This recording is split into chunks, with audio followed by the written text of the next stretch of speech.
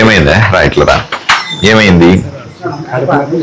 కడుపు నొప్పి వస్తే ఏమైంది? ఎక్కడ? గుంటకల్లో. ఆరోగ్యశ్రీ కార్డు లేదా మీకు? దేనికి లేదు?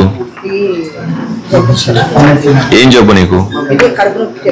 కడుపు నొప్పికి ఆరోగ్యశ్రీ లేదా? ఇంక దేనికి ఉంటది?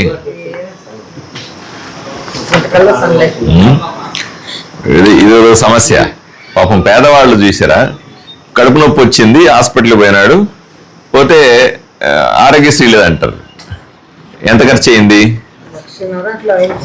1,50,000. ఆపరేషన్ చేసుకోవడానికి 1,50,000. డబ్బులు ఉన్నవాళ్ళు మీరు బాగా. మరి ఎట్లా తెచ్చారు 1,50,000? బాకీ తెచ్చినారు బ్యాంకులో.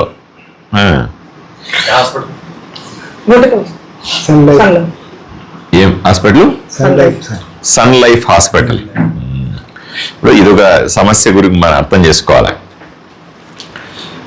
ఏ హాస్పిటల్లో అయినా సరే ఆరోగ్యశ్రీ ఎన్పానల్మెంట్ ఉంటే సుమారుగా 3,000 చికిత్సలు ఉచితంగా చేయాలని ప్రభుత్వం అనుకుంటుంది.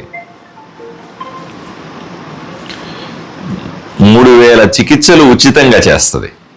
కానీ అన్నీ ఒకే హాస్పిటల్లో ఉండవు కదా.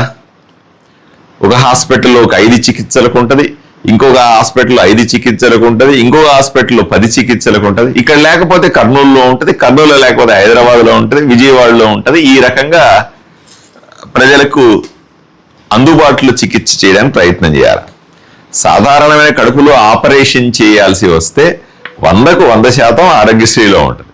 వీళ్ళు చేసిన పొరపాటు ఏమిటై ఉండొచ్చు? ఒకటి, ఎక్కడైతే కడుపుకు సంబంధించిన ఆపరేషన్లు ఎన్పానల్ కాలేదో ఆ హాస్పిటల్కి పోయి ఉండాలా.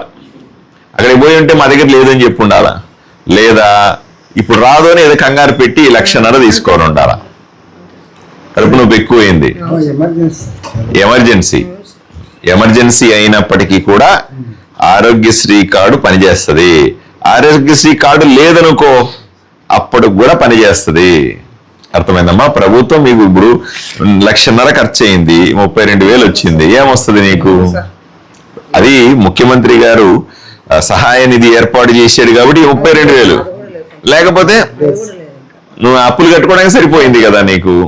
ఇది సరైంది కాదు ఏమ్మా. కాబట్టి ఆరోగ్యశ్రీ కోసం ఆరోగ్య మిత్ర అని ఉంటాడు అక్కడ, వైద్య మిత్ర ప్రతి హాస్పిటల్లో. వాళ్ళ దగ్గర పోయి నిలదీయాల. అర్థమైందమ్మా? ఏ నెంబర్ కంప్లైంట్ చేయాలా? 104 నెంబర్కి చెప్పాలా. ఏ నెంబర్కి చెప్పాలా? 104 నెంబర్కి ఫోన్ చేయాలా.